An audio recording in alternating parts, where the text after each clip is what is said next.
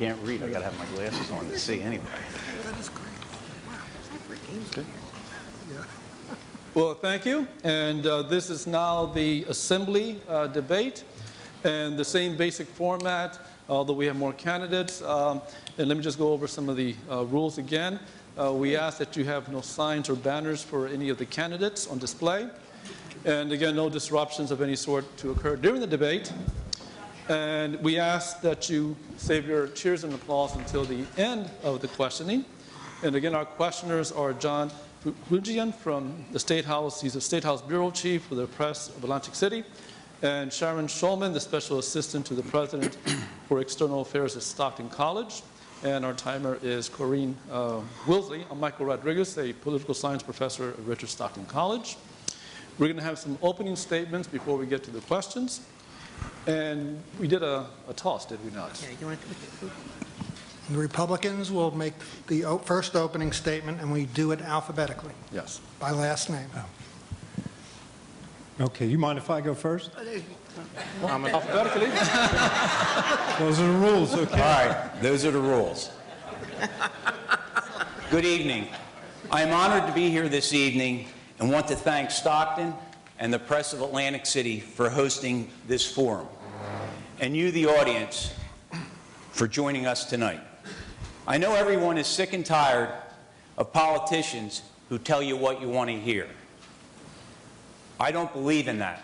I believe, and have always believed, in I tell you how I feel, and I stand by my commitment.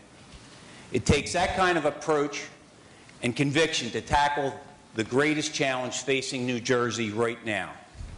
The belief that government programs once started should never be revoked. That mentality has put this state and our families on the path of bankruptcy. Think about it. If things in Trenton don't change, every baby born in New Jersey will be obligated to pension and debt service to the tune of $20,000. And in 20 years, that child will be responsible for $11,250 in property taxes.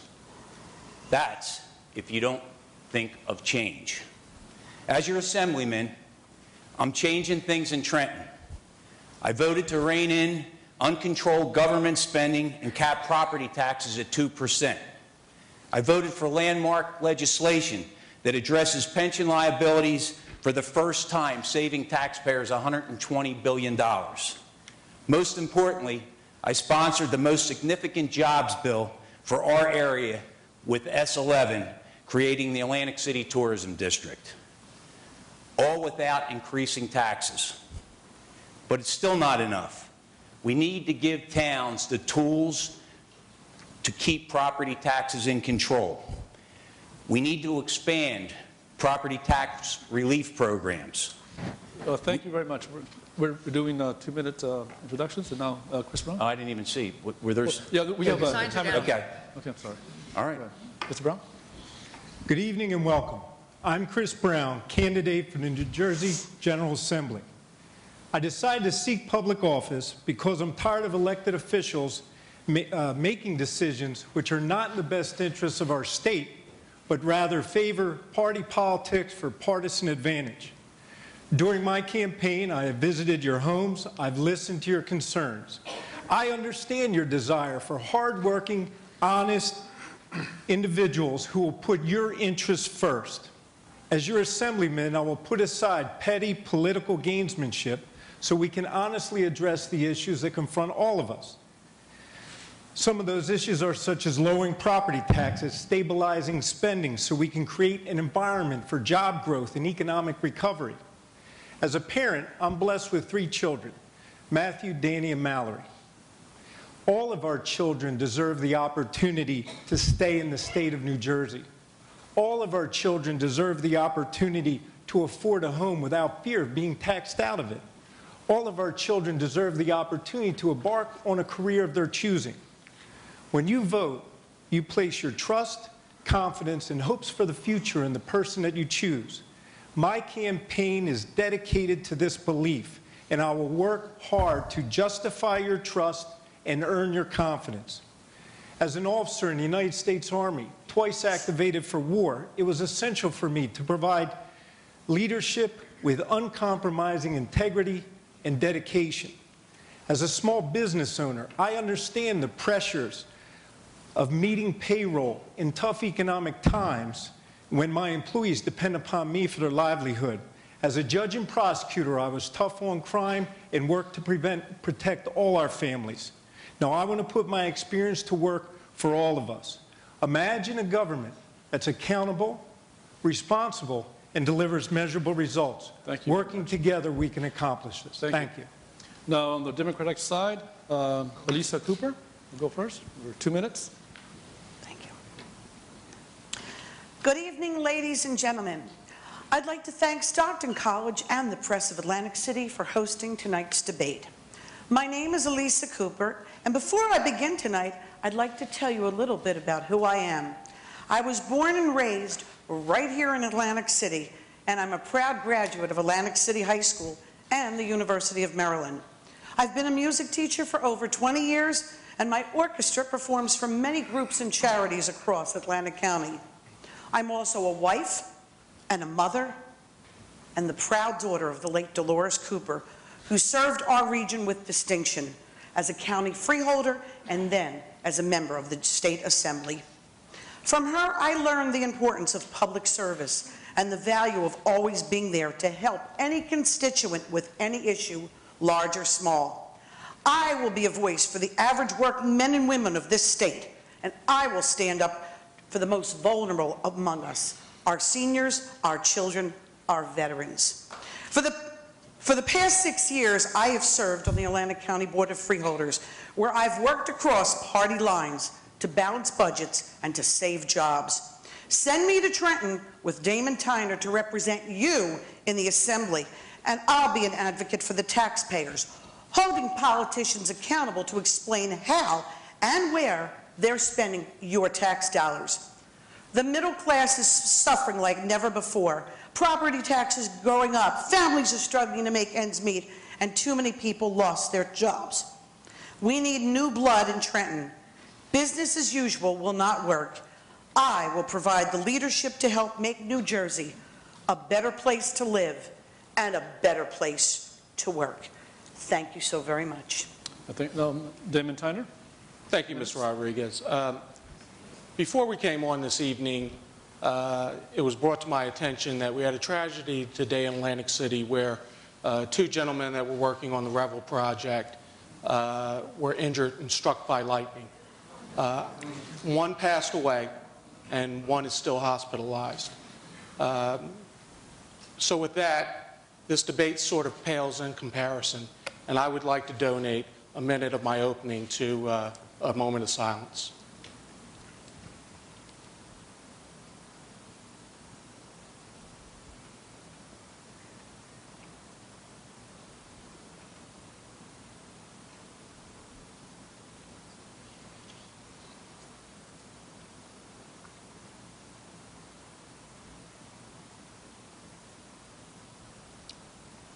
Thank you.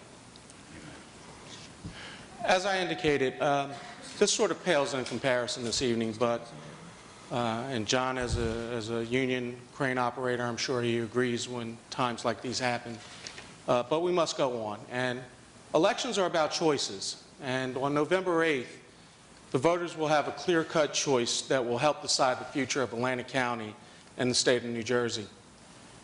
We can choose to create jobs, jumpstart the economy, and we can choose to make New Jersey affordable for the middle class. Or we can settle for what we've settled for in the past. Problems, frankly, that have been created by both Democratic and Republican administrations. It's time that we put those things aside and that we work together. People, I think, are tired of the partisan arguments that get involved down in Washington. They're simply tired of it. I can tell you that your priorities are our priorities. We've listened to you during this campaign. We will make the right choices for you if we're elected. And know that Elisa Cooper and I will fight for the middle class and seniors. Thank you very much. And now we'll begin the questioning. Our first question from Sharon Schulman. Right, and just to reiterate, we'll do 2 minutes to the one person getting the question. The running mate will get 1 minute, and then the opposite party will each get 1 minute.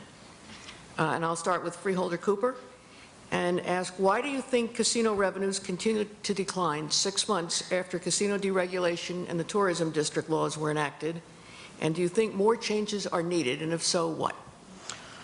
Okay, well, certainly the casino revenues are declining, and that certainly relates to the economy. And if people don't have money for their taxes, and people don't have money for food, and people don't have money for basics, they're certainly not going to have money to gamble.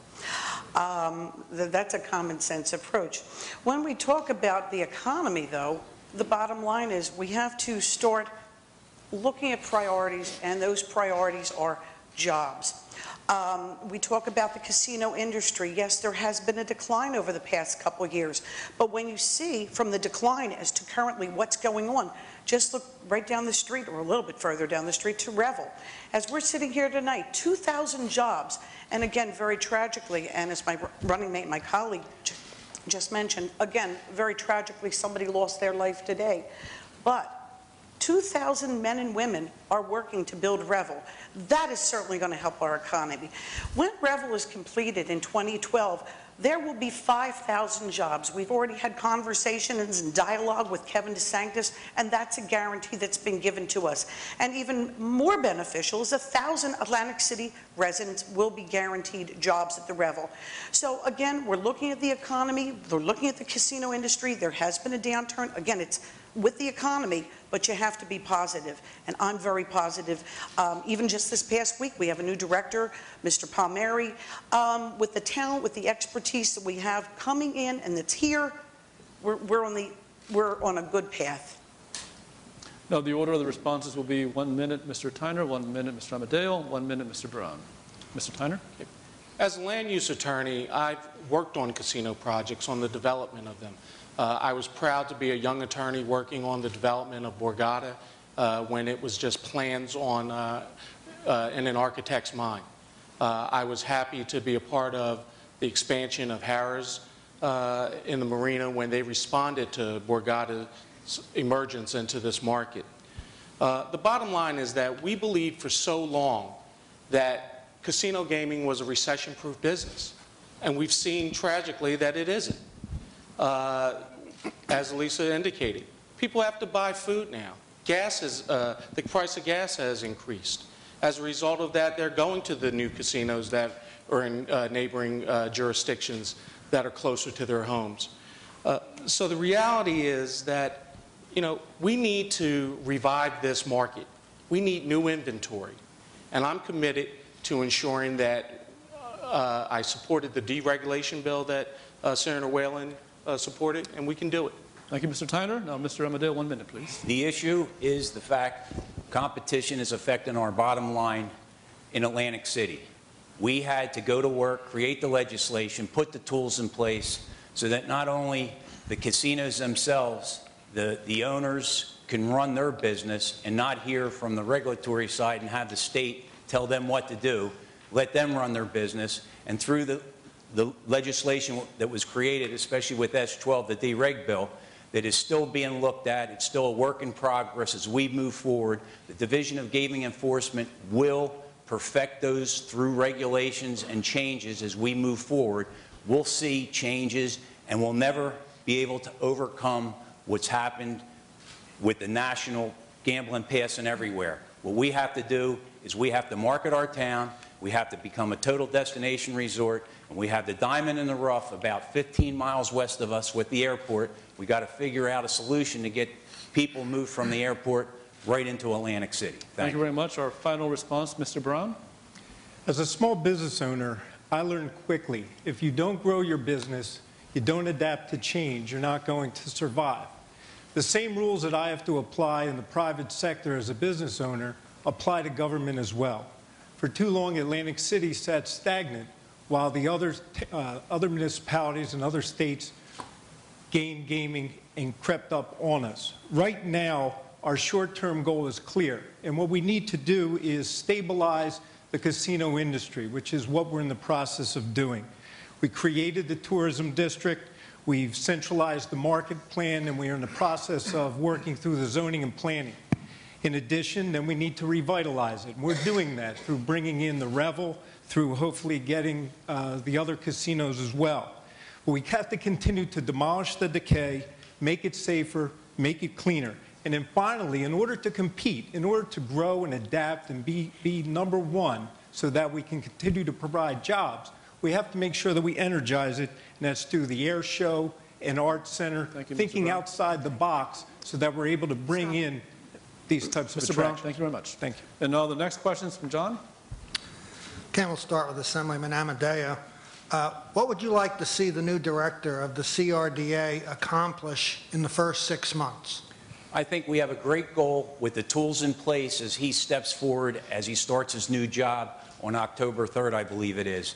I think the key, as we move forward, the economic development concept, where we can start creating and enticing through tax incentives and all the work that we've done through the 2 bills that were passed, to be able to allow him to come in and entice development nationally. We have to get everything working together, gelled. He should be able to have the opportunity to market our product worldwide, because he has recognition on the achievements he's made in other towns like Hartford, Boston, and Charlotte. So I really look forward to his innovative concepts of bringing and enticing development so we can have further development come in, and that's what creates the jobs in the short term on the construction side, and ultimately we'll have permanent, long-term, sustaining jobs to put our local people to work, and that's what makes our communities thrive, is when our local people are back to work. You have more time if you want to use it, or you want to yield the rest of the I'm time? fine. You have? Okay. So the order of the responses will be Mr. Yeah, Mr. Brown, Brown. Ms. Cooper, and Mr. Tyner. Right. The first thing that I'd like to see him do is start implementing the master plan by promoting an organized attempt at redesignating the district. In the past, it has not been done in a way that promotes growth in an orderly manner. One of the things that we should look towards doing is making sure that we have a theater district. They also have the eds and meds, where we can create a public-private partnership so that we can bring a pair up with Stockton College and Rutgers College and put within our own city opportunity for building and create those jobs and have more growth. The other thing that they're working on, which I'd like to see them continue, is cleaning up the district. They're doing a good job at it, but it of course needs more work, combined with making the district safer. One of the things that they're doing to make the district safer, there's sweeps in the morning, and they're getting the people out from under, but not in a mean manner, in a holistic manner. Thank you very much, Mr. Brown. And now Ms. Cooper, 1 minute, please. Thank you. As I mentioned in my opening statement, I'm born and raised in Atlantic City, and I don't think there's anybody as passionate about this city as I am. I love this city, and I am such a staunch supporter. As a side note, I opened Resorts International in the Rendezvous Lounge in 1978, and I remember the city with the casinos when they all first started to open. Unfortunately, there's been a downturn. So now we have Mr. Palmieri, who's here, and I am very, very excited. I have not had the pleasure or honor to meet him yet, but I'm sure within the next couple weeks I will. We have to work together. That's imperative. We have to promote our natural assets. We have to make incentives for business, encourage development. Of course, we've been talking about jobs. That's an understatement. And when you put all of these elements together, and also something, it's not a positive topic, but we have to do something about the crime. When you put everything together, and again, with people working together, with industries working together, we're going to be successful again. Thank you very much. Mr. Tyner, 1 minute. Thank you. I think we need to get back to the title of the authority. It's the Casino Reinvestment Development Authority.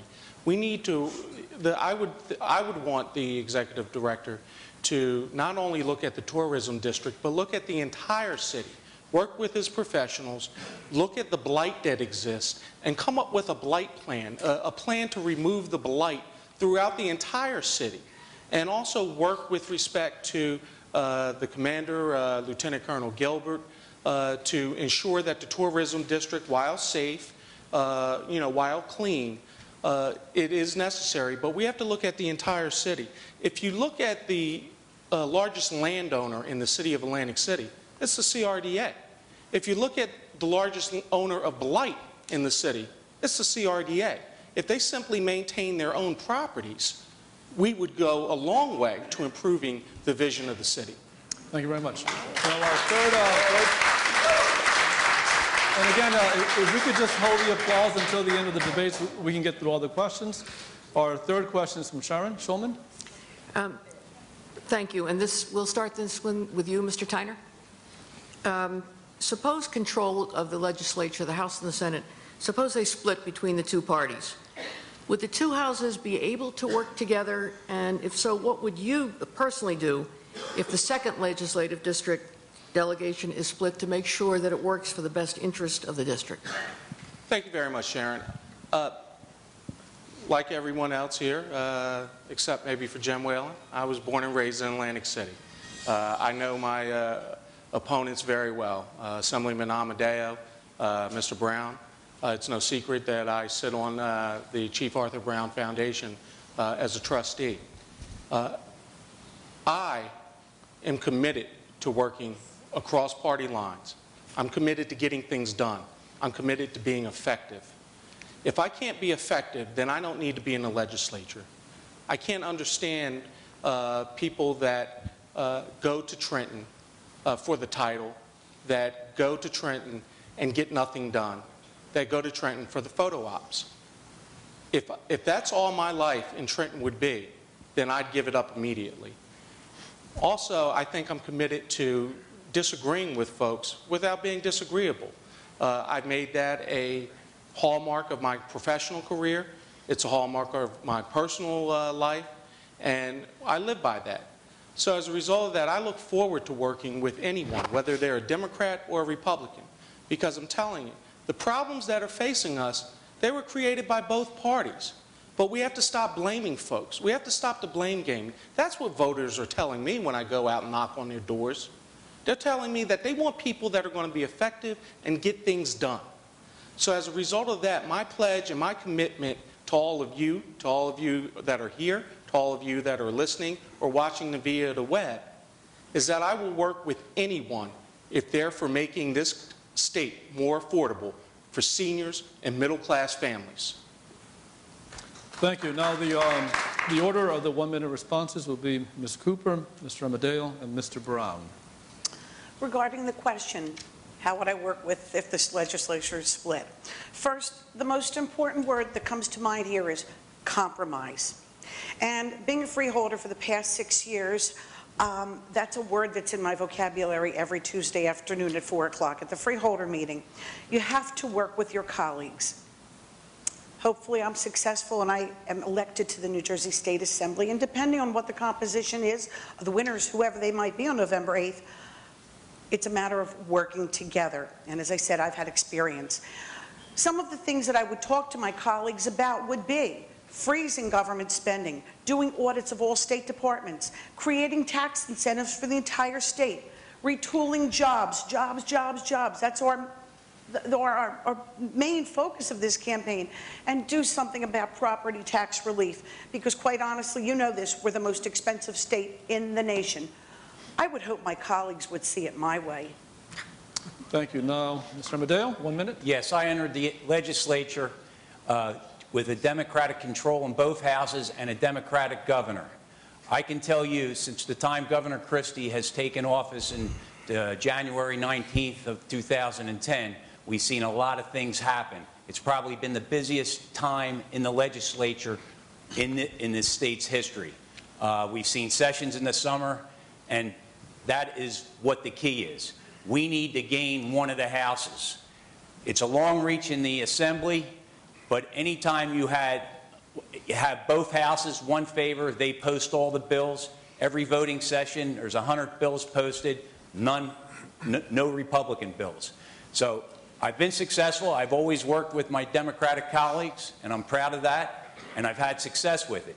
But we need to gain in one of the houses, and it's more likely to gain it in the Senate because there's fewer to achieve. So we have to strive in that direction. And bipartisanship is the key of getting things done, and the governor's shown that to everyone here. Thank you. Now, Mr. Brown, 1 minute. As a boy, I grew up in the house where my father was in public service, and he rose to be the chief of the Atlantic City Beach Patrol. And one of the things that he taught me as a young boy was that we treat everybody the same, no matter who they are. Whether you're a Democrat, whether you're Republican, whether you're white, whether you're African American. No matter who you are or what you treat everybody the same with the dignity and respect that they deserve. Now, as I learned that growing up, I applied that to my life. And when my father was the chief, he worked under Jim Usry, and obviously a Democrat or Republican, but they worked together with a Democrat council. He also worked under Willie Clayton. And the compromise and the teamwork that they exhibited is what carries through to me. Since my father passed, we started a nonprofit scholarship organization. Obviously, years ago, I had invited Damon to join it. His father is a friend of mine, and I enjoy Mr. Tyner very much. That is some of the things that I have learned and how I would carry through. Okay, thank you. Now, our fourth question will be from John. We'll start with Mr. Brown. Yes, sir. How would your budget priorities differ from the opposition's? Well, you know, again, as a small businessman, I understand the need to grow the economy so that you can create jobs. One of the things that has been proposed by the other party is this so-called millionaire's tax. And as a judge and a prosecutor, one of the things that I learned early on was before you make a decision about other people's lives, you got to research the issue, make sure you get it right, and then give your opinion. So when I first heard about the millionaire's tax, it sure sounded great. Take from the rich, give to the poor, Robin Hood, we all love it. But when you look at it and you do your homework and you do your research, you learn something quite different. And what you learn is Boston College did a study on interstate migration. And what they found was that over 300,000 upper-income homes have left our state over the past 8 years with the tax rate that's in place. The next thing you learn is, oh, there already is a tax on the millionaires. And just so everybody's aware, there's no personal interest. I'm not even close to it, okay? But there already is a tax at the $500,000 level. And at that point, your rate goes from 6.4 to 8.9. So we already have this tax that they're saying we need. It already exists. The last thing is this article, there was an article written, it was written by the Star Ledger. And in that ledger, they quoted Dean Hughes from Rutgers Public Policy and Planning. And he said, until the tax structure is improved, our residents will continue to leave our state until no one is left. Anybody who thinks you can tax and spend your way out of a recession, I believe, is very wrong. And we need to grow the economy so that we can get the jobs here. And if you know the facts, that's the truth. Thank you, Mr. Brown. The order of the 1-minute responses will be Mr. Amadeo, Ms. Cooper, and Mr. Tyner. Actually, our opposition favored increasing taxes during the 8 years they were in control from 2002 till Governor Christie took office. There was 117 new taxes created in this state. 117 in an 8-year period. The governor came into a $32 billion budget that had a $3 billion deficit, and to meet the constitutional requirement to present a balanced budget, he had to cut within the first 2 months of his in office and rein in expenses. Through that process, we did cut a lot of programs, kept good programs, and as far as where I'm at with the opposition on budget, as long as we're spending what we take in through revenue source and we're able to control taxes and not create taxes and not tax people, we're going to be able to entice development, bring jobs back to our communities, and put people back to work. Thank you. Now, Ms. Cooper, 1 minute. The question is, what would I have done different with the budget? Let me tell you. No, Your budget priorities, how it differs from the opposition. Absolutely. Forgive me. My priorities about the budget, there isn't a question or doubt in my mind. I would first address the $7.5 million that was cut for women's health care. First off, when you had $42 million that was available in matching funds, what don't you understand about that? Each one of you in this room tonight, I hope, has an important woman in your life, maybe your mother, your sister, a daughter, a niece, somebody. And right now, as I've been on the campaign trail, I've spoken to more women that have lost their jobs. And you lose your job, you lose your health benefits. Right now, women in this state can't get a pap smear, can't get a mammogram, and then I'm talking about basic testing. This is just not right. It's not human. I'm talking about basic routine care, and that would have been the first thing I would have addressed with regard to the budget.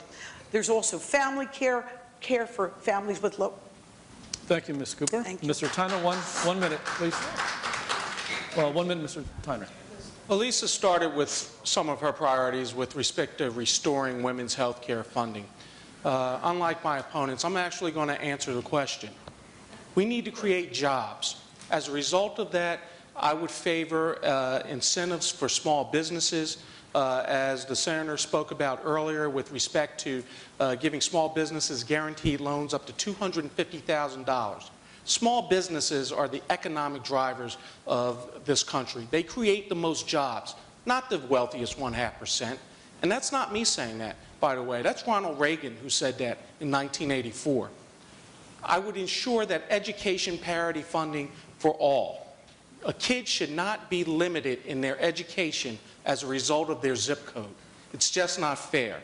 Lastly, I would ensure that a priority for me is restoring the senior homestead rebates for seniors. Very, very important. Our seniors should not be taxed out of the state. Thank you. Now our next question will come from Sharon. Yes, and we'll start with Freeholder Cooper, but I'm going to ask all of you to please try and be very specific with your answer. I'd like you to briefly address a few environmental issues, if you would. The environmentalists say that the Christie administration so far is a mixed bag. So I would like to know if enough is being done to protect clean water, address sprawl, and do you support New Jersey pulling out of the Regional Greenhouse Gas Initiative, Reggie? I totally, fully support Reggie. Let's make sure that we all understand what Reggie is about. Reggie was created to preserve our environment, our beautiful environment. And right here, as we're in Atlantic City, just a few blocks away, we're talking about beautiful beaches, pristine beaches. Our pinelands, if we go a little further up. And we have to ensure, we have to guarantee that future generations can enjoy those beaches, the pinelands. Make sure we have clean water. Make sure our environment is a good environment. Again, I support Reggie. Let's look at how much money has been generated by Reggie already. $65 million has been generated by Reggie. And what did the governor do with it? He didn't use it to promote anything, to protect anything. He used $65 million to plug the budget. It could have been used to create jobs, and that's what the original purpose and intent was, to create jobs, again, to protect our beautiful environment.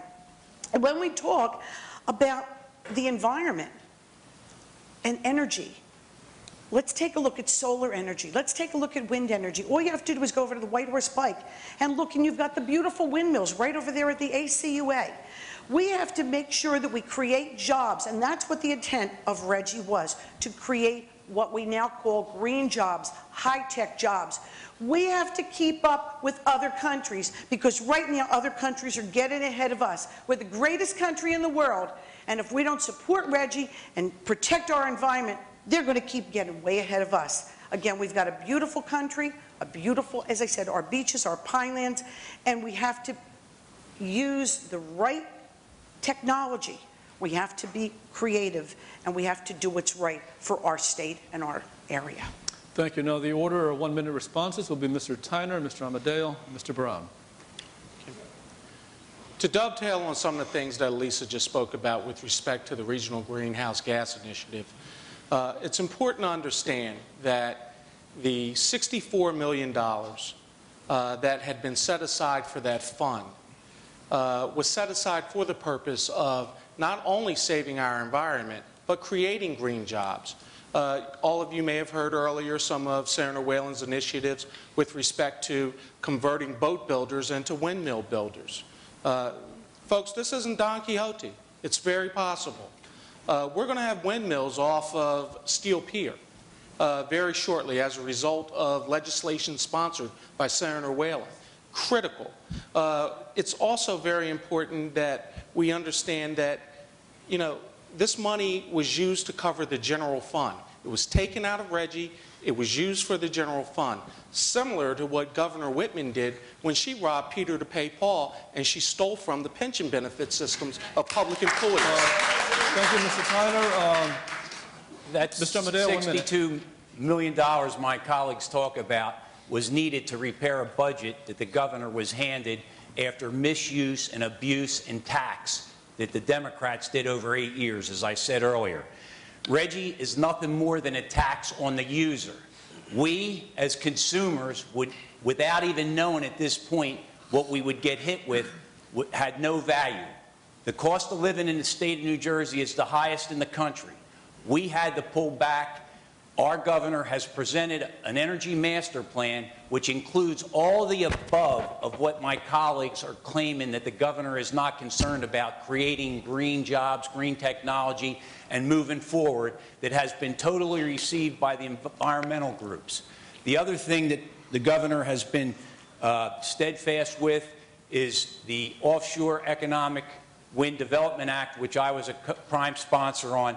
All these are initiatives moving forward. As far as clean water, we have clean water. Former Governor Whitman. Thank you very much. Sorry. 1 minute response. Mr. Brown? The debate as it's phrased is a little off. We all agree that the goal of energy efficiency, the goal of conservation to reduce the greenhouse gas emissions is important, and it's something we should all strive to accomplish. The difference is whether, as my opponents want to do you punish your citizens or do you use incentives to accomplish it?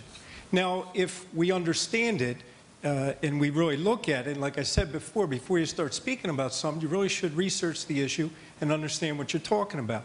The cost of doing business was hoped to be changed so that it became too costly for businesses to continue with the energy that they were using. So they created an allowance which could be bought and sold or traded amongst the different parties, and they were hoping that the cost of the emission per ton would be $20 to $30, which would make it cost prohibitive. It was only $2 to $3, and the cost was passed on to the taxpayer. Now, our next question will be from John. We'll start with Assemblyman Amadeo. Yes, sir. Do you consider horse breeding and horse racing to be just another business, or is it a special industry with public value that deserves public financial support? What's the difference between subsidies for racing and state help in financing Revel? Well, first off, our horse industry in the state of New Jersey is probably a $3 billion industry and probably employs 30 to 40,000 people statewide. So the horse industry in the state of New Jersey is important to our economy. However, for a separate industry to support and pay money as in a form of blackmail, in a sense, to keep them going in the direction that they needed to with the racetracks is not the way to do business in the state of New Jersey. The governor has put his plan forward. He is showing support for the racetracks. We see what he's doing in the Meadowlands. We saw what he did with the legislation that was signed into law back a year ago with Monmouth Park, increasing the race days and supplementing the purse supplements without using casino funds. The ultimate goal would be to see horse racing and the horse industry survive in the state of New Jersey, and I believe the governor's working in that direction. Casinos in no way should be funding them to the tune of $15 million a year, supporting them so that that industry could take the purse subsidies, pay them to individuals that come from all over the country, Kentucky, racetracks all over, let them win the money and take the money right out of our state. That's not how it should work. They have to be able to shore themselves up, be a viable industry, the jobs will be there, and yes, the horse industry is a big, important part of our economy, and we have to do what we have to do without putting taxpayer funds towards it or putting casino funds to it. It's like a business. You have to be able to support yourself. If you can't support yourself, it's time to look at your business model and make changes. Thank you for the question. Now, the order of the 1-minute responses will be Mr. Brown, Ms. Cooper, Mr. Tyner.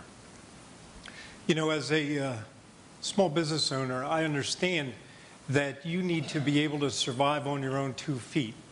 You can't run your business and then run a deficit and ask somebody else to continue to give you revenue. The real world just doesn't work that way. If there's a business out there within the open market and it's not succeeding, it fails, and another one takes its place, hopefully. Well, with the horse racing industry, it needs to either stand or fall on its own 2 feet. Our casino industry, as Mr. Tyner mentioned earlier, the CRDA, needs to reinvest in itself. And I'm proud of Governor Christie, and I think you all would agree, as residents of the 2nd District, to have somebody for the first time since maybe Governor Byrne who actually cares about our district. He said no more. You don't take the revenue out of that 2nd District. Those casinos and those people are too important.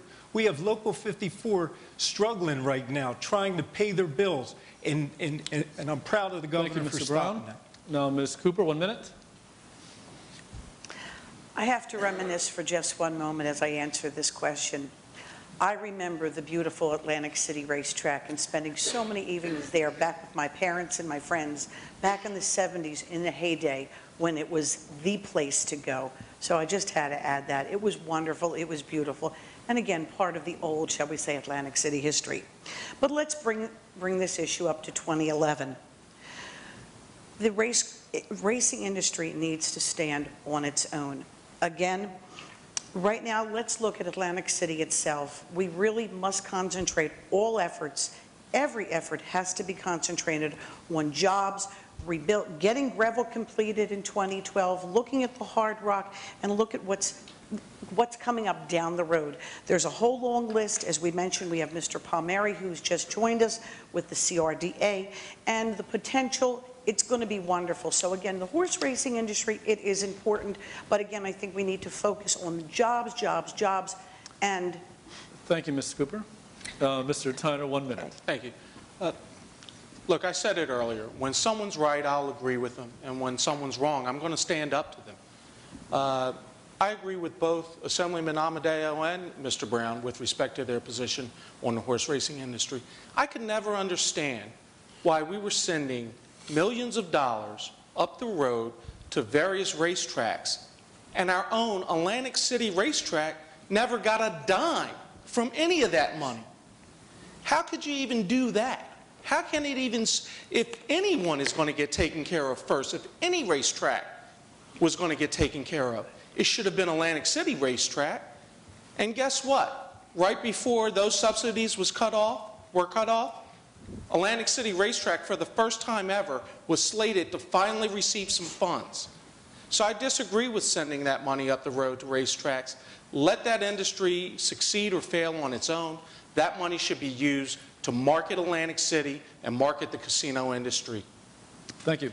Now we have time for one more round of questions. Well, no, now this we're going to have 2 questions, but this one will be the shorter one where everybody gets 1 minute to please tell what it is about your background that makes you uniquely qualified for this elected office. And I would like to start with Mr. Tyner. Thank you. As we indicated earlier, I was born and raised in Atlantic City. Actually, strike that. I was born in Summers Point, New Jersey, something that I didn't find out until I was 16 years old when I went to go get working papers. So I might fail the test. But I was raised in Atlantic City and went through public schools and graduated from Holy Spirit High School. I went on to college at Howard University and graduated from Widener University School of Law. I was very proud to come back to this city where my father, retired Inspector of Police Hank Tyner, gave so much to this community to continue his legacy of public service, along with my brother Michael Graham, who's in the audience this evening and is an Atlantic City police officer. I'm an attorney, I'm a land use lawyer, I'm an education lawyer. I have dealt with budgets for schools. I have unique qualifications that can bring practical, common sense solutions to the difficult problems that are facing this district and our state. Thank you. Now, the order of responses will be Ms. Cooper, Mr. Amadeo, Mr. Brown. 1 minute, please. Thank you. Once again, I was born and raised in Atlantic City, and I love this town. There's no question about it. I love this area. What can I bring? Why am I qualified? I've had the honor the past 6 years, as I mentioned earlier, to be a member of the Atlantic County Board of Freeholders, and I have gathered and gained much experience and expertise in government. There's no other way to say it. And I really know the workings in and out of what makes efficient, accessible, available, and accountable government. I want to take what I've learned the past 6 years and just take it right up to 06, up to Trenton. I want to take it up to 06 because I will be a voice, those of you that know me, maybe a little bit of a loud voice, to address the problems, because there are so many. People are hurting, and so many people need a voice, someone to look out for them, and I'm going to be that person in Trenton. As I said, I care about people. Thank you, Ms. Cooper. Thank you. Now, Mr. Amadeo, 1 minute. Yes. Making the right choice for the taxpayers of the state of New Jersey is my simple answer. Elections are a referendum on performance. And I'm the candidate with the proven experience and record of supporting reform. That's reducing spending, help revitalize the economy, and create family-sustaining jobs. I am proud of my record. I'm proud to have represented the 2nd District for the past close to 4 years, and I would like to continue in the direction that we started. Along with my colleague Vince Palestina and myself, we've made great accomplishments in a short 19th, 20-month period with Governor Christie at the helm. And I think you've seen in a short period of time the direction the governor has put this city in is where I want to be in another 2 years running for re-election, with Atlantic City totally turned around, a vibrant economy, and people traveling from all over the country coming into Atlantic City. Thank you very much. Now, sorry, Mike, I get carried away. That's quite all right. Mr. Brown, 1 minute, please. I have a life history of being put in leadership positions. And really what we are looking for is not some weak-kneed politician who's going to go down to Trenton and either do what the political bosses tell them to do, but somebody who's going to stand up and actually fight for what you need and what you want here in our district. Now, as a combat veteran who was activated 2 times, I understand the needs of our veterans. I understand the needs of their families as well as those overseas fighting. That makes me uniquely qualified. As a small business owner, I understand the pressures of meeting payroll. I understand the need to lower taxes and reduce spending so businesses like my own can grow and create those jobs. You know, you can say jobs, jobs, jobs, jobs, but that doesn't mean that you know how to create them. I'm proud that I've run a scholarship foundation for over 20 years, and we've provided over $200,000 to kids within our community. I'm proud of the work that I've done with the NAACP as the Legal Redress Committee person. Thank you, Mr. Brown. I believe we have one more question. Okay, This will be 1 minute responses or the traditional format? Regular. And start with format? Mr. Brown. I asked it before. Should Chris Christie run for president? Why or why not? You know, I love his no-nonsense approach. The problem I have with Governor Christie is some of the rhetoric. It needs to be toned down. Our brothers and our sisters within this region, leaders are supposed to bring together, not divide. And so that part of his leadership I don't like. But the part of his leadership that has the courage to say to people, I can't pander to you. I'm going to tell you like it is. We're going to have to tighten our belts. 117 new taxes, an $11 billion deficit, tripled the debt in the time that they controlled it. Property taxes went up 56% during the time the Democrats were in control. Unemployment is at 10%. That's not how we left it under our watch. And so I am proud of him for having the courage to say, we can't give you money anymore just because you're asking for it. We have to prioritize. We have to make sure that we spend within our budget, and we have to do it wisely. And if you look around, I believe you will notice that we used to be 50th in the country, and we're now 48th in being business friendly. We're still #1 in property tax relief, but his no-nonsense attitude is what we need in order to try to make sure we continue to lower our property taxes. Now, if he were to go to Washington, I would love that from the standpoint, I'd love to see the federal government stop spending money they don't have, work together, but I like him here in our state. I believe although he's caustic at times, and I believe although he's a divider at times, ultimately, we have to understand that politicians or people elected are the stewards of your money. And as a steward of your money, when I go to my accountant in the private sector and I say I want to spend more money, he says you don't have it, so I don't spend it. What's wrong with paying down the debt? Is that a novel idea? This budget that the governor proposed, $27.9 million, he gave it to the Democrats in an opportunity to act in cooperation, and they came back with $900 million additional spending. Thank you. The order of responses, 1-minute responses, will be Mr. Amadeo, Ms. Cooper, Mr. Tyner. First off, I'd like to respond by saying I personally enjoy Governor Christie's candor and his way of getting things done, and he is getting them done. I had the opportunity to personally talk to him face-to-face and asked him the question when this first rose. His interest, and everybody in this room knows, everybody has a boss. And his simple answer to that question was, Mary Pat has no intention of letting me go to Washington. So unfortunately, and very fortunately, we have our governor, and hopefully he'll win re-election in 2014 to run this state in the right direction as he has set the agenda for us to achieve. So I don't see the governor going to Washington immediately. In the long term, I think he's setting his profile and his agenda to meet the needs of what he wants to do in his future political career. Thank you very much. Ms. Cooper, 1 minute, please. Should Governor Christie go to Washington? That's his choice. That's his party's choice. But let me tell you how I feel about the governor. Yes, I've met the governor. I've been in his company several times. A little over a year ago, he came to Atlantic County in the middle of a snowstorm, 3 feet of snow on the ground, and the governor came down here. I was very impressed. He was here last summer, signed the last February, signed the tourism bill. I was very, very impressed. And again, when he does something right or something positive, I'll be the very first person to say, good job, Governor. However, I'm not real happy with what he's done to seniors, veterans, women, particularly women, education. There's a long list of things I'm not happy with. I'm going to put my teacher hat on for just 1 moment, and if I were to give him a grade right now of the job he's doing, it would probably be incomplete. And then putting my teacher hat on, should he go to Washington? Again, that's your decision. But over in the comment side, you know where the teacher writes it? I would probably write, he doesn't play well with others. Thank you very much. Mr. Tyner, 1 minute, please. Can I wait till everyone settles down? Please, please.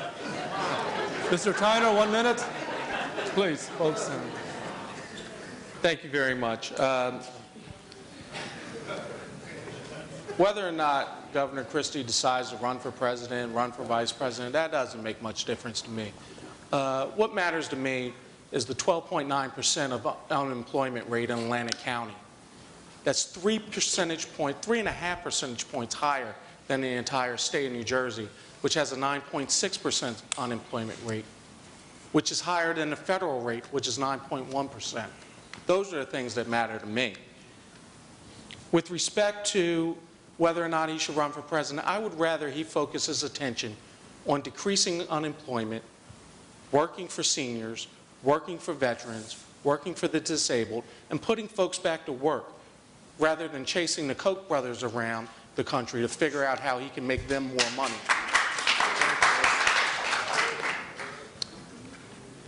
Thank you. We are over time, so this will be the round of the closing statements. Yes. 1 minute apiece. I actually forget what order we have for the opening statements. Who went first for the opening statements? Mr. Amadeo went. Mr. Amadeo, Mr. then Amadeo. Mr. Brown, Ms. Cooper, and Mr. Tyner. 1 minute, please. Mr. Amadeo. I start? You start, Mr. Okay. Brown, Ms. Cooper, and Mr. Tyner. 1 minute. Well, I would have to agree with Ms. Cooper on one issue. Assemblyman Dolores Cooper was a great public servant. Thank you. Her daughter is not the model that her mother was. Her mother was a Republican elected official that worked hard for this district. I think Ms. Cooper needs to spend more time in her professional career as a teacher, spending time in a classroom and teaching kids music and the arts and singing. And I'm sure she can be credible at doing that. First off, her information about women's health care that was taken out of the budget is not true. $4.6 million of health care went back in the governor's budget, which she doesn't know about, because the additional funds were extra money that the Democrats always put into the tune of 7.1 just that sat in the health care. As far as rebates, they've been reinstated in the form of a credit. So all the seniors in this room must know that through their tax bills, you'll receive $400 to $600 in your next tax bill. Mr. Brown, please, folks. Mr. Brown, 1 minute. I want to thank my colleagues. I want to thank Stockton College and the press for holding this debate. On November 8, you will decide who will represent our interest in Trenton. When you vote, please be sure the team you choose has the knowledge, experience, and fortitude to do what is right and is able to stand up and fight for you and your family. I'm asking you to vote because I believe we deserve better. It's time for our government to stop saying things that they don't understand and start making changes. I will put the lessons I've learned as a small business owner to work for you and help us expand our economy and create jobs. And I will use my training and experience as an officer in the United States Army to provide that leadership with uncompromising integrity. Now, I have to do something. I'm very blessed. I was supposed to say, go in with another paragraph, but with me tonight, I have my childhood love, Christine, and I have my 3 children, Matt, Danny, and Mallory. Now, I've worn a lot of titles, captain, lieutenant. The ones I'm most proud of are husband and father. Thank you, Mr. Brown. Thank you. All right. Folks, please. Ms. Cooper, 1 minute, please. Not a day goes by that I don't meet someone who's not suffering in these very hard economic times. The family that can't afford their property taxes, the senior who's unable to pay for their prescription jobs, the veteran who can't obtain adequate health care, and the parent who can't earn a decent wage. That's why I'm running for the New Jersey Assembly. Now more than ever, middle-class families of this state need elected officials who are on their side, who will stand up to the special interests in Trenton to do what's necessary to improve our community. My opponents are part of the status quo, a team that has failed Atlantic County's middle-class families and seniors. No property tax relief, thousands without jobs, and an economic climate that won't breed success. It's time we put the priorities of our middle-class families and seniors first to make government more efficient and one that will work for the interests of Atlantic County. Thank you so very much. And Mr. Tyner, 1 minute, please. Thank you. This election is about priorities. Assemblyman Amadeo has had more than 3 years in Trenton to show us that he has right priorities for Atlantic County in the 2nd District. And guess what? He's failed to come through for nearly every family in this county, with the exception of 154 of them who earn more than $500,000. He supports giving them not a millionaire's tax, but a $40,000 tax break. That's more than most of us probably make in this room. He has supported policies that make it impossible to create jobs. He has voted to increase the financial burden on the middle class, including seniors, veterans, and the disabled. Chris Brown has made it clear that he would go along this road to perdition with Assemblyman Amadeo. As a state assemblyman, my priorities will be your priorities: putting the middle class back to work, reducing property taxes, protecting seniors. I hope to earn your support on November 8th by showing that I have the kind of bold, common sense ideas necessary to help get our state back on track. Thank you very much. Now, folks, on behalf of Stockton College and the William Hughes Center for Public Policy and the Press of Atlantic City, we want to thank you for coming out tonight. We hope this was very informative and very educational. And please join me in thanking our candidates.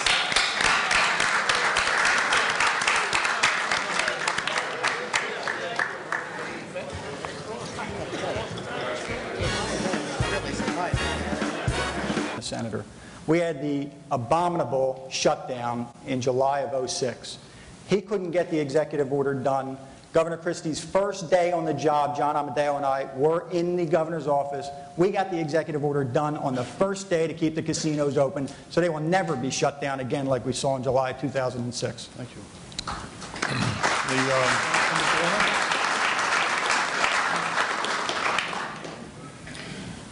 We need new product. A tourist town needs constantly to reinvent itself. And if you're not reinventing yourself, you're going to go into the decline that we saw Atlantic City experience in the pre-casino era, and we've seen Atlantic City experience these last several years. Before Governor Christie was in office, before he was the official candidate of the Republican Party, the East Coast Gaming Conference in spring of '09, I called for a deregulation bill and a boutique casino bill, because that is the way to stimulate the new investment that we need. Those two things have helped jumpstart Revel and hopefully Hard Rock, so we will see the new investment that we need so we can recapture the market. The convenience market is not going to return to Atlantic City. Somebody wants to go play slots for a few hours, they're going to stay closer to home. The transition to a full destination resort, new capital is required for that. That's what dereg, that's what I've done. Vince was hiding in the weeds on dereg and boutique until the last day, and then he decided to come on and be a sponsor. Thank you very much.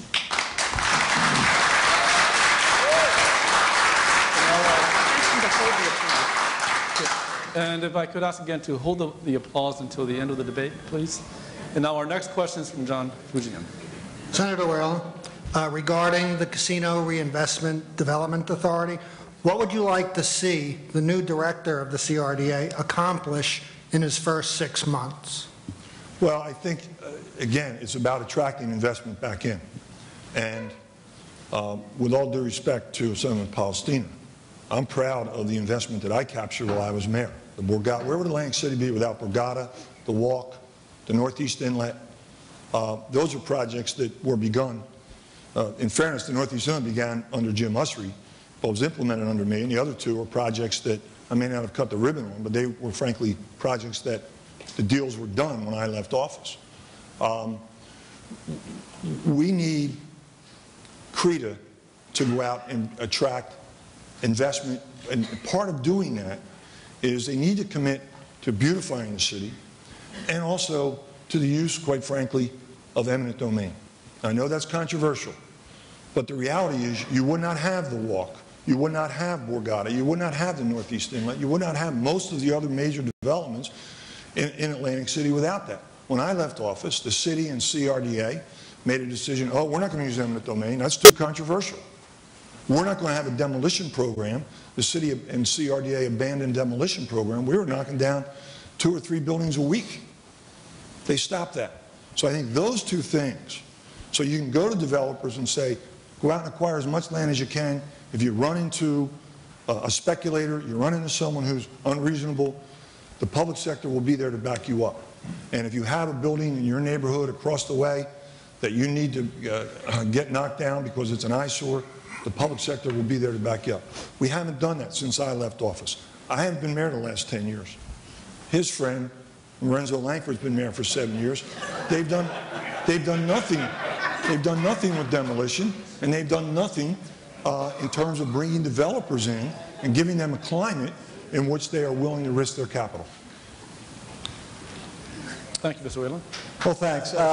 The senator taking credit for initiatives by Governor Whitman and the former senator here are like the rooster taking credit for the sun coming up. That would be like my kids because they didn't oppose this stuff trying to take credit for it. Come on, we need the same thing that we have needed in Atlantic City for the last 25 or 30 years he has been in office. We need a plan, and then we need to figure out how to implement that plan.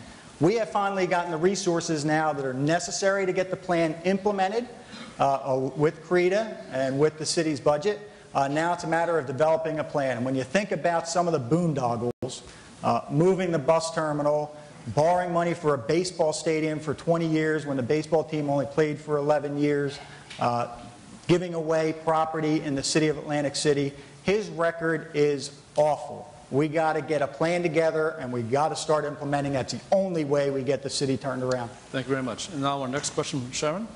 And this one will be for you, Assemblyman Palestina, and we'll switch to the topic a little bit to casino deregulation. Are you satisfied enough controls are in place after New Jersey deregulated what was considered the gold standard in casino regulation? And do you think anything else should have been done differently or be changed going forward? Well, I think we have to monitor it, certainly, without question. We made a number of changes. Those changes are going to be published shortly, and we got to monitor that closely. We did have the model. It was the best regulatory system in the country. I am proud that we made a number of changes as that moved through the process. And the senator said I was in the weeds. I'll tell you where I was in the governor's office as the bill was being called for a vote, getting the changes that were necessary to both the tourism district bill and the regulatory reform bill. He talks about the boutique casino bill. I met with the governor's office when we finally jettisoned the existing construction portion that was holding it up. So my record is clear. I have been a leader. I have worked on all these pieces of legislation. We are going to continue to work with the governor's office. And once again, you look at things in the dereg that his bill put in. Tax breaks for casinos at the expense of seniors and disabled in this state. Purse subsidies to racetracks while we need that revenue here to improve this city. We got those things changed so that money can be reinvested in the city of Atlantic City as it always should have been. The notion that we're going to continue to subsidize a failing industry while we are struggling to compete is wrong, and it had to end. So when you heard me fighting for what I believe in, that was what I was doing. And just keep in mind, everyone, he's talking about some of Governor Christie's reforms. He had 4 years. Democratic legislature, Democratic governor with Corzine, total control of state government. He got absolutely nothing done, including a simple executive order that could keep the casinos open so it would never be shut down on 4th of July weekend again. That's how ineffective this current senator is. Thank you. Again, the notion that we had the model system. We may have had the model system back in 1978, but the reality is no one copied our model. Every other state was doing it cheaper, quicker in terms of the regulatory process. So it may have been appropriate in 78 with the climate that existed then, but the world had changed. And the first one to call for not tweaking the regulatory climate, but to tear it up and start all over was me in the spring of '09. You can look it up, okay? The most significant amendment to the deregulation bill, Vince Palestina had nothing to do with.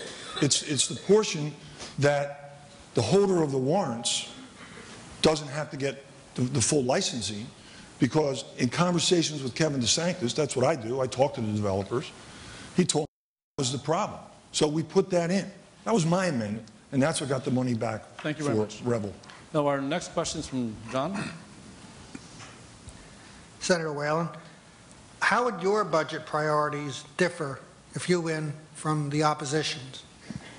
Well, there's a huge difference in terms of budget priorities. This year, and there's no question, we're in tough times, and we need to tighten our belts as much as we can. But the fact of the matter is, when you look at where we started this budget cycle in February, the projections at that point for the state surplus was $300 million, which is, frankly, a low amount. By the time the budget discussions heated up in June, and we adopted the budget in June, the projections for the surplus was, depending on who you listen to, $600 million from the administration, $900 million from the Office of OLS. We now know that OLS was closer to the mark than the administration was. And there were those of us, including me in the legislature, and the Democrats in the legislature, quite frankly, who said, okay, we have this surplus. We have more than we thought we were going to have. It's time to use some of that for property tax relief. It's time to use some of that to go back to the schools, back to the towns. Let me give you one specific example. One of the things we wanted to do is take $50 million of the surplus, send it back to towns for public safety.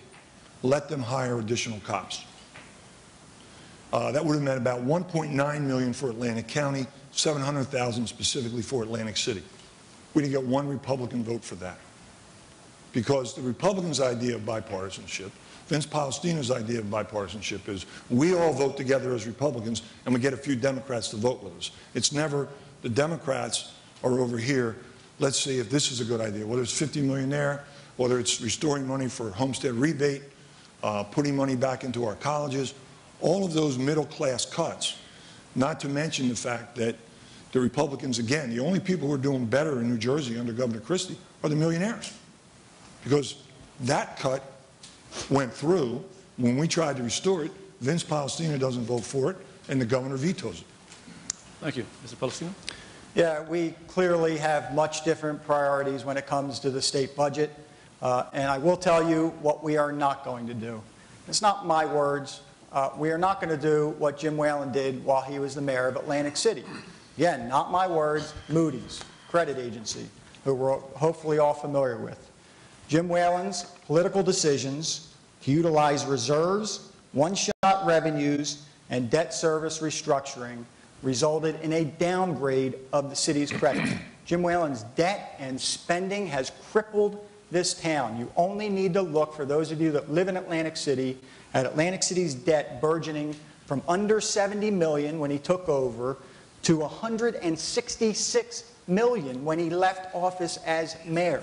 That type of debt has crippled this city. So that's what we're not going to do. We are going to be responsible, fund the core priorities of government. We're not going to overestimate revenues. We're not going to use one-shot gimmicks. We're not going to incur debt. We can't do that any longer. Thank you very much. Now our next question is from Sharon Schulman. We have a follow-up. Yeah, I would just like to follow up. The budget is such an important political document and governs so much in New Jersey. I'd like to just hear a minute each on some specifics of what you stand for in the budget. Well, again, in terms of specifics, I would like to have seen two things. One, the millionaire's tax enacted, which would have given us funds that we need to attack some of those middle-class problems, like property tax rebate restoration, like helping schools, particularly suburban schools.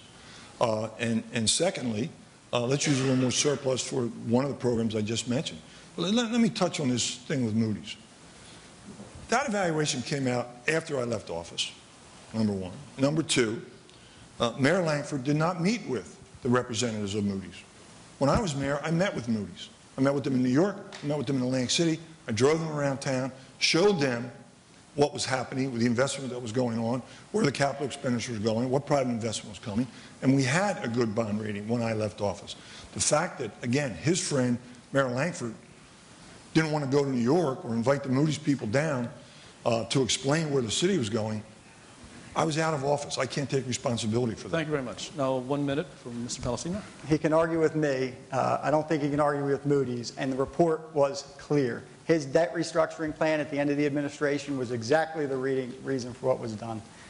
In terms of the budget, John, we stand for making all of New Jersey affordable for everyone. For far too long, as I said before, we have overspent, we have overtaxed, we have overregulated, and we have incurred way too much debt. So in terms of the state budget, we are going to be responsible. We are going to estimate revenues. We're going to go back to a very simple concept that he doesn't understand and many other politicians don't understand.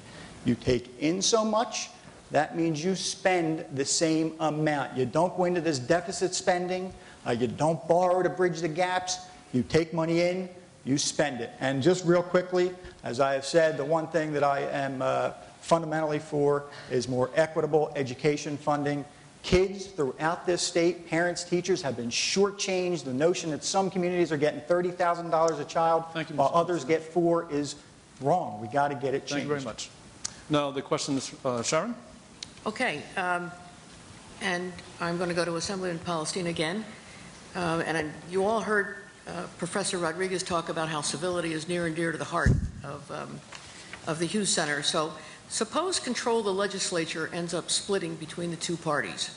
Would the two houses be able to work together?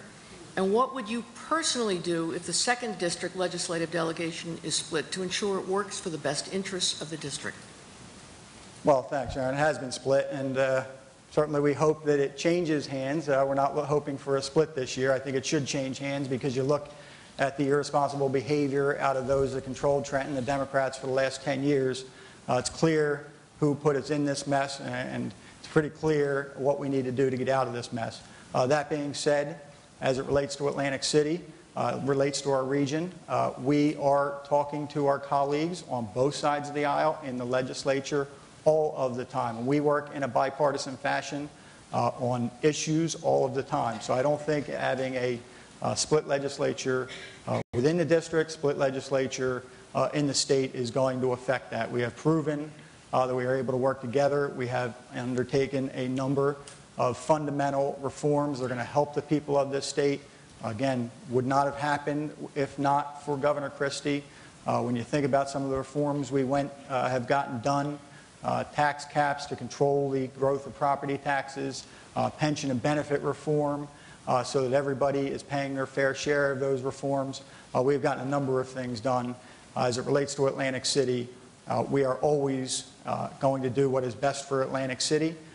That's why I'm in this race, because I don't think we have done an adequate job in the legislature of protecting Atlantic City, coming up with a plan, doing what was necessary. The senator has had 25 to 30 years to get the job done. Think about that. I was 11 years old when he started. Look at this city. All you need to do is go out, drive down Pacific Avenue, a block off the boardwalk, and in your mind, you ask yourself, have we done what was necessary to get this city to be in a position to compete? And I will tell you, your answer will be no, we have not. I will get it done. Thank you. Mr. Whalen?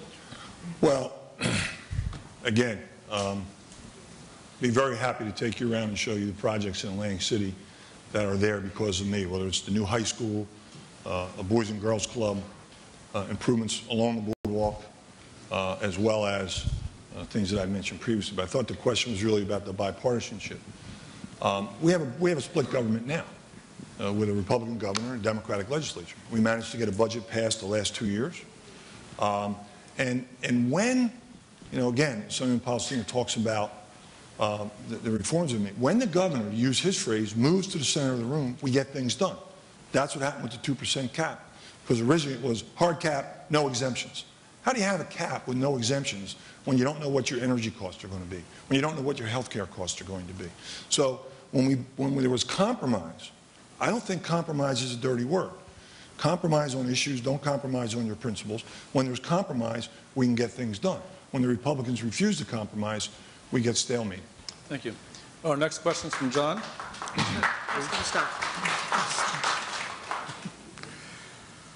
Senator, what do you think are the most important issues in this campaign? Well, in my opening comment, I think jobs are clearly the most important issue. As I said, you can't just cut, and expect the economy is going to turn around. We have to get people back to work, and government has a role in that. So that to me is the most significant issue. The second issue is as we get people back to work, and hopefully they're now contributing to society, they're now contributing to, whether it's through state income tax or property tax or whatever, we broaden the base, bring in more money, and are able to restore some of the cuts we have seen across the board that have been devastating to our middle class. You know, again, Senator Palestina talks about making school aid equitable.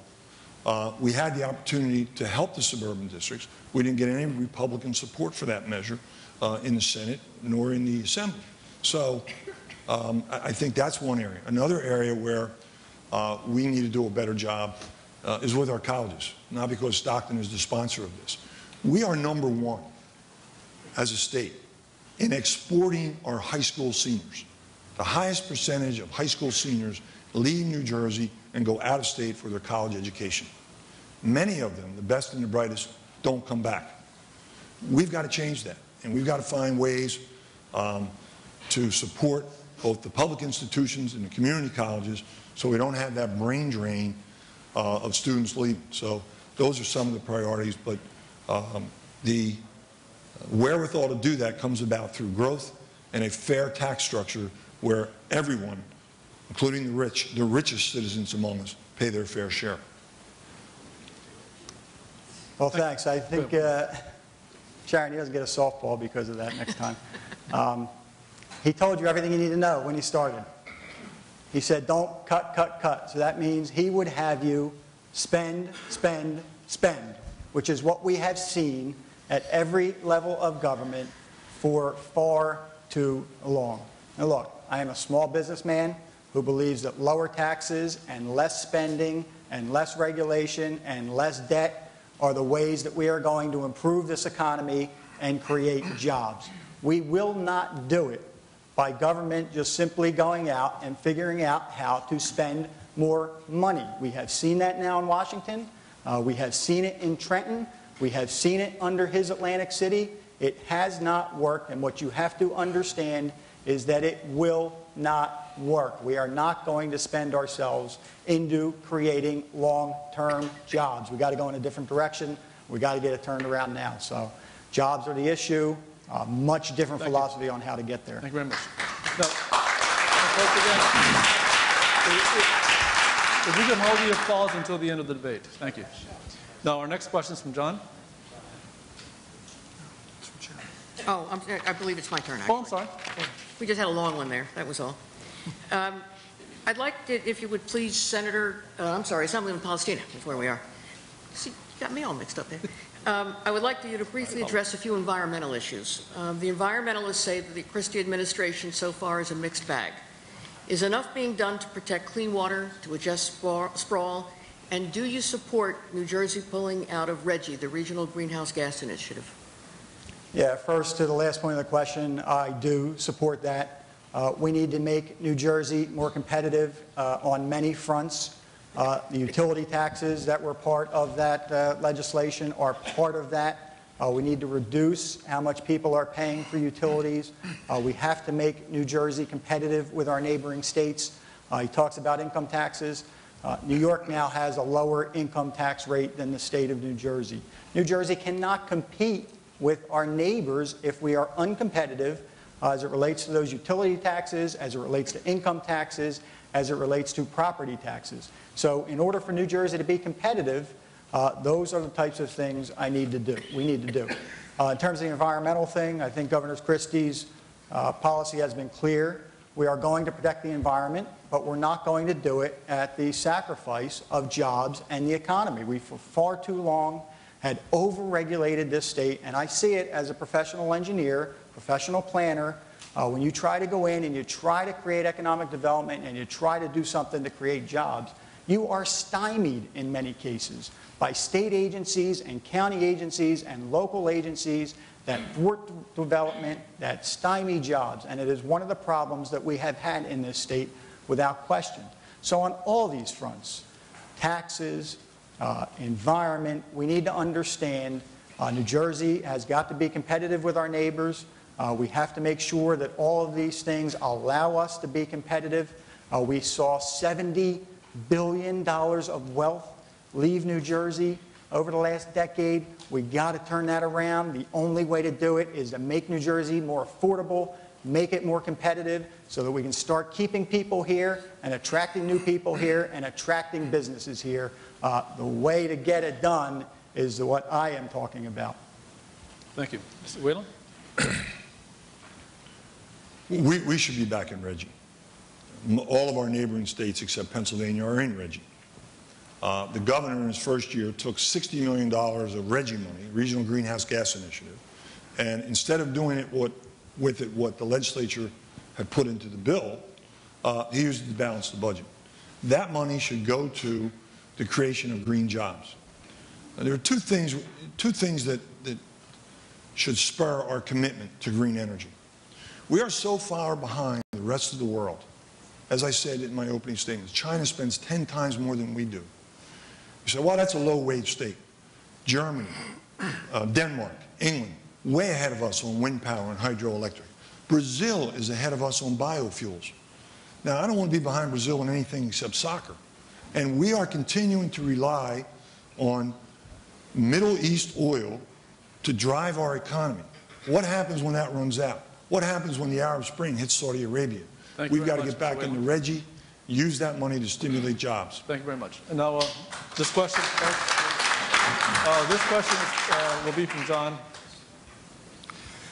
Senator Well, do you consider horse breeding and horse racing to be just another business, or is it a special industry with public value that deserves public financial support? And what's the difference between subsidies for racing and state help in financing the Revel project? The difference is jobs. This is just a simple economic model.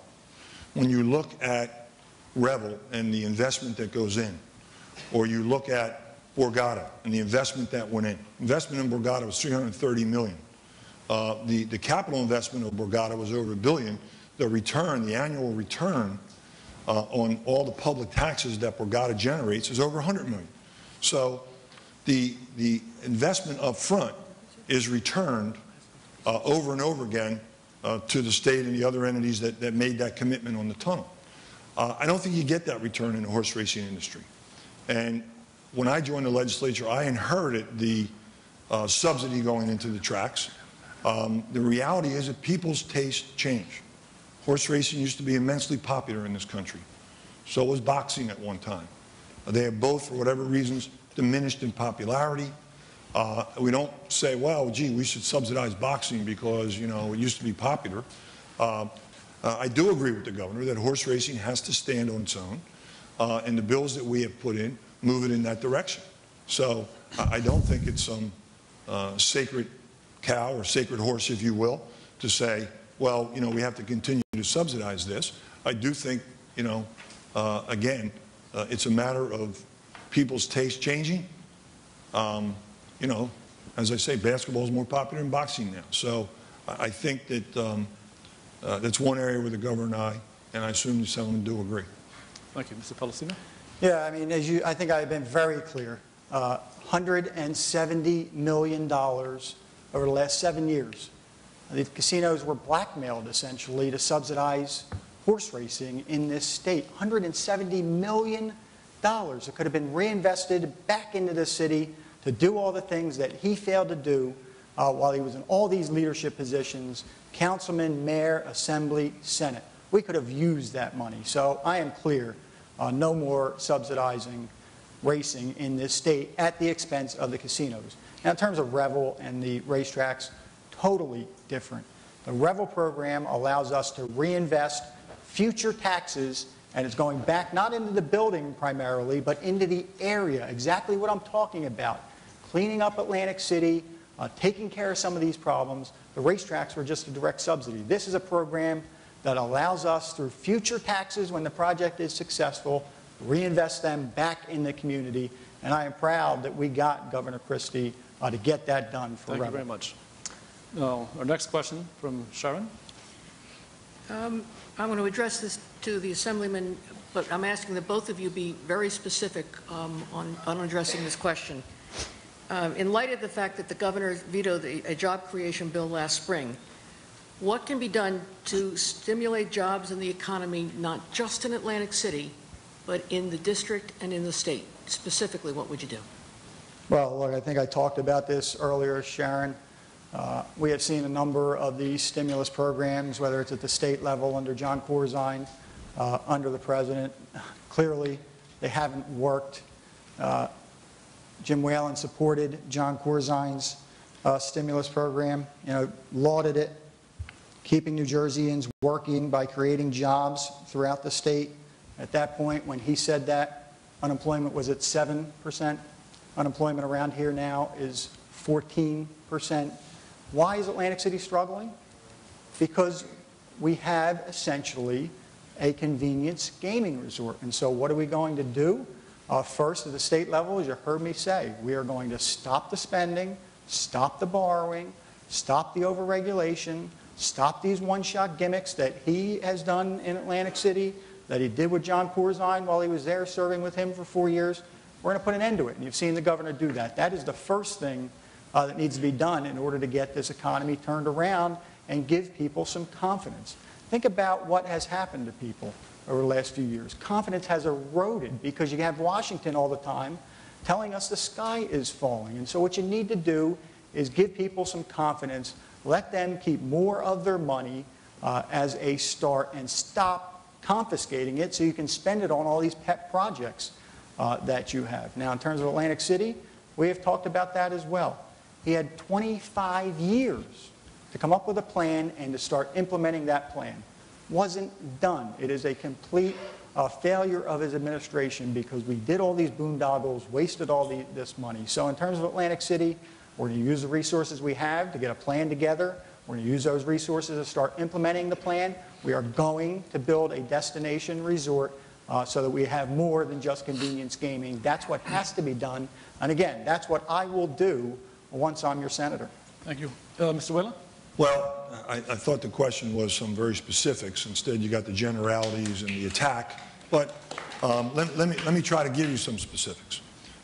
This coming Monday, at the Commerce Committee in the Senate, there's a small business loan program bill that will be up for businesses that employ between 10 and 99 employees, where they will be able to borrow money up to $250,000 at 2%.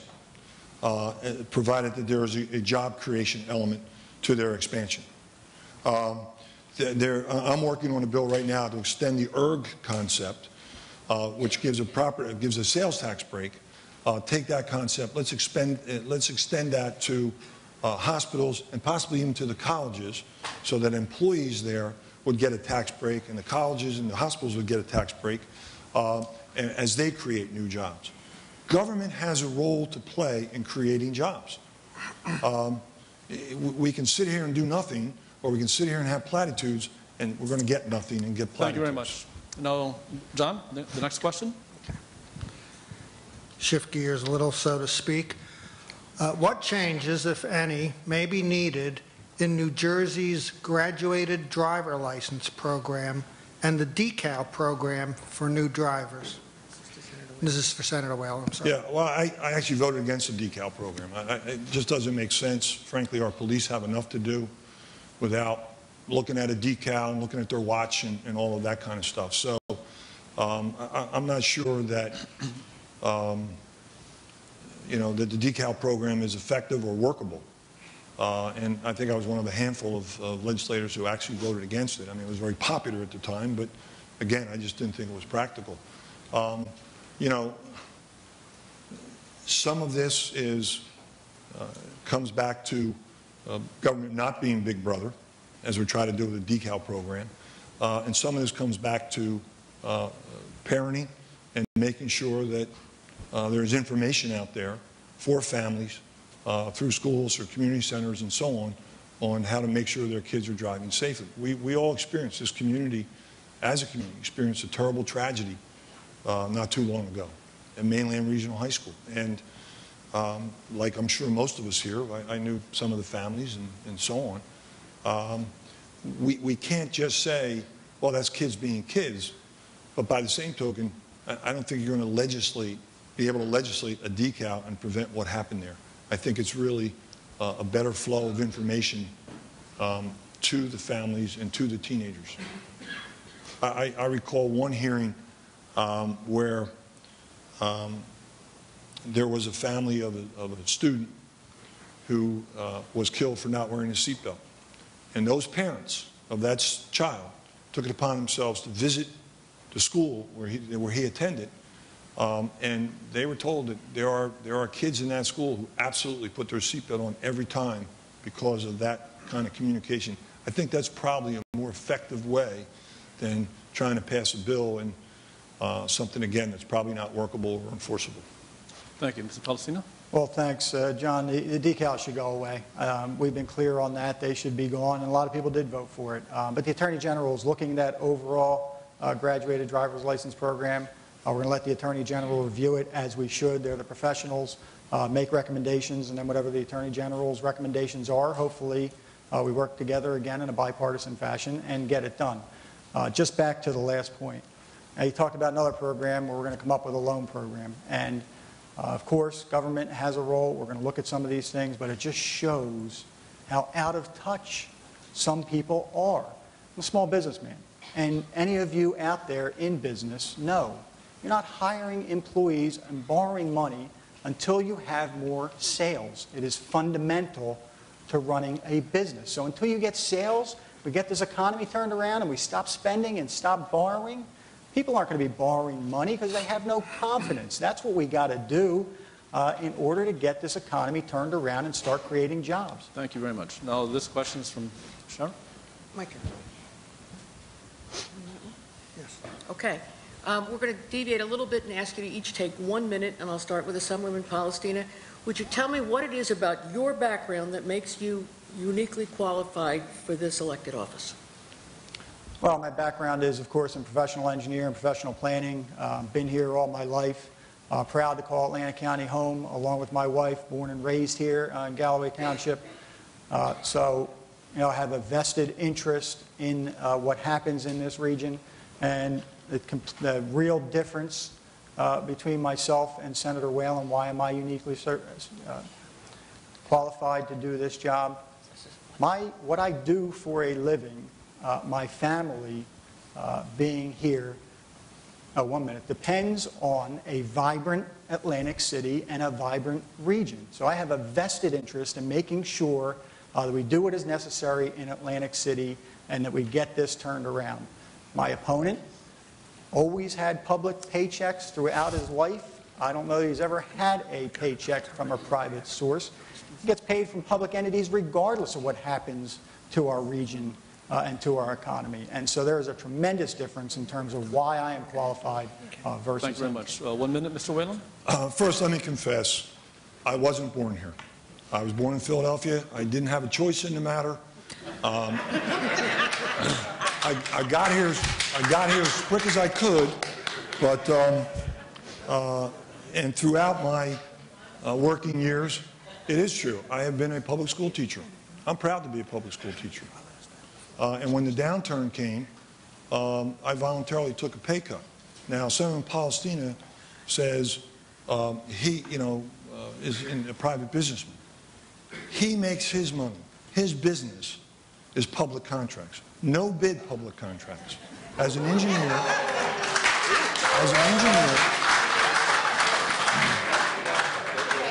and that is, folks, please. That is his business. But please, spare us the hypocrisy. I make a living as a school teacher. I'm proud to be a school teacher. When the crunch came, I gave back. He makes his living on public, no-bid contracts. Thank you very much, Mr. Whalen. Now we're back to the traditional format. Yes. 2-minute question for John. Senator Whalen, could I have your reaction to the new education standards being proposed by Governor Chris Christie? I believe we're having the wrong conversation about education. We are having the wrong conversation. Tenure reform, yes, we need to make some changes in tenure. The process is too lengthy and too costly. Charter schools, vouchers, and so on. The most comprehensive study that I'm aware of on charter schools was done a few years ago by Stanford University. And what they found is that some charter schools do better than the nearby public school. More actually do worse, and most do about the same. So all we're doing with charter schools is removing dollars from the existing public school structure, and we would do the same thing if vouchers moves to the forefront, and crippling the existing public schools that we have. Now, people in New Jersey hold up the Robert Treat School in Newark as this great model of what a charter school or what a public school should be. And they're very successful. There are two things we need to know. First, and this is the conversation we should be having. First, we go to school 180 days a year because we used to be a nation of farmers. Robert Treat goes to school over 200 days a year. Now, my teacher friends are with me on the first part, when I'm against charters and vouchers and the crazy system. They want 2 bad years in a row and you're out and this kind of stuff on tenure reform. They're not with me on this part, frankly, when I start talking about longer school days, longer school years. But that's where we have to go. The rest of the world does not go to school 180 days. India, China, Japan, Germany, Europe, they're going to school over 200 days. So That's the kind of commitment that I think we need to do. That's the conversation we should be having in terms of school reform. Thank you. Mr. Palestina? Thank you. Certainly support a number of the proposals. Look, in education, we have seen us going the wrong way again. We need to increase choice. We need to increase competition. We need more equitable school funding so that all children are treated equally. I think that is clear. And the notion that money is going to solve problems in education is so fundamentally wrong. We have seen, and it is acknowledged by the experts, that kids are getting further from proficiency despite the spending. And so we clearly need to go in a different direction, and we'll work along with the governor in that.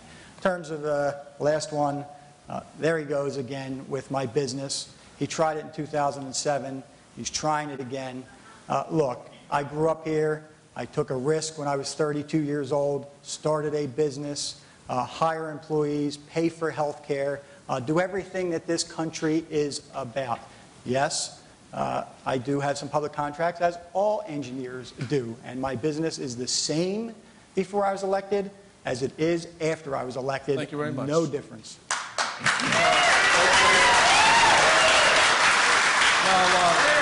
This will be our, we have time for one more round of questions before the closing statements. And I'm sorry, Michael, I couldn't hear. One more question. We're going to do one more question, One more question. and then the closing statements, and I believe the question comes from Sharon. Yes, Assemblyman Palestina.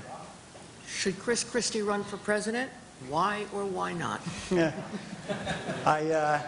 Selfishly, because we have started a number of the reforms, I would say Chris should not run for president at this point in time. Look, we have made tremendous changes in this state and in Atlantic City over the last 18 months. I am proud during the campaign with the governor, since he has been elected, to work with him on a number of the fundamental reforms that were necessary to get this state back to solvency and to start reinvesting into Atlantic City. Of course, he says all the time, he has a job to do, and he is committed to getting that job done, and I support him staying here as governor for now. We'll see what happens in the future. But look, the governor has a mess to clean up. It is a mess created by Trenton Democrats.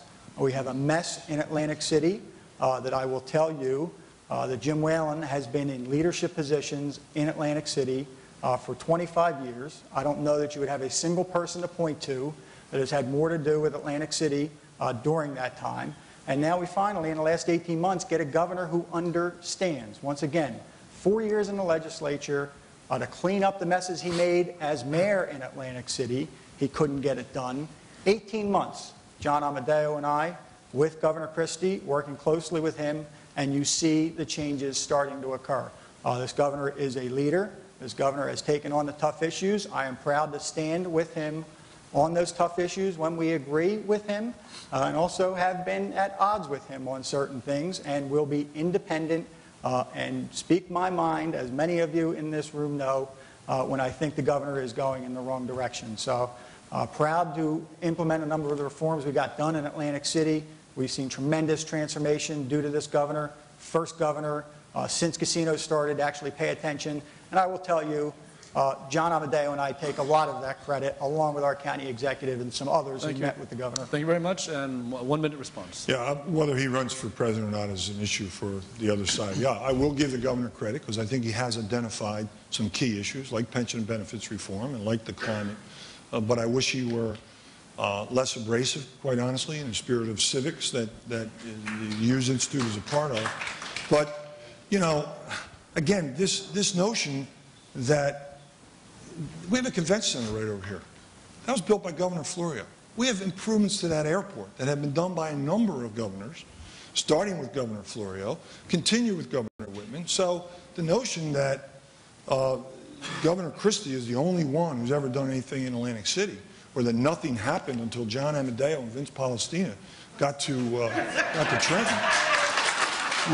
We built when I left office as mayor, we had an over $5 billion casino industry. I haven't been mayor for the last 10 years. It's gone down since then. Talk to Mayor Langford about that. Thank you. And now we will do the closing statements for 1 minute for each candidate, and we'll begin with Senator Whalen. We have seen tonight, and will continue to see, a very clear contrast between myself and my opponent. I would prefer that this campaign focus on jobs and spending cuts. Senator Palestino has chosen to attack in his ads and to misrepresent my record. John Adams told us years ago, facts are stubborn things. Here are some facts. The 1990s are the only decade since the 1920s when the population of Atlantic City actually went up. Crime and unemployment went down, and the size of the city's workforce decreased. The bad economy hit. I voluntarily took a pay cut to save the swim program for kids in Atlantic City, because I believe if I'm going to talk about shared sacrifice, I have to set the example. Senator Palestino has garnered millions in public contracts, and I said before, that's his business, but spare us the hypocrisy. There is a difference between us on issues and on character. I'm proud of my record as mayor, as a teacher, and as a senator, and I ask for your support. Thank you. Thank you. Mr. Palestina? We'll give you applause at the end, folks. Mr. Palestina, please. Well, thank you. It's funny to hear the senator talk about attacks after he ran the most negative campaigns in Atlantic County history against his last two opponents. What hypocrisy that is. In terms of what we have talked about tonight, you have seen a clear contrast versus from someone who believes that less spending and lower taxes, less debt are the way to improve the economy and create jobs, someone who is focused not on all the big stuff in Atlantic City, but on building a city to go along with the buildings, which is what should have been done for the last 25, 30 years. And look, if you're happy with the state of the city, if you're happy with all these job losses, people leaving the state, businesses leaving the state, there you go. But you have given him 25 years in elected office. 25 years. Look at what we are left with. Unemployment, overspending. Give me 2 years, and I will promise you we will get it turned around. Thank you very much.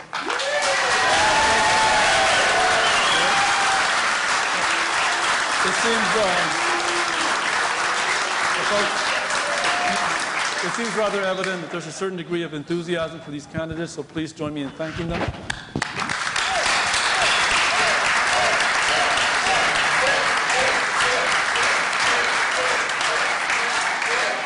If we could ask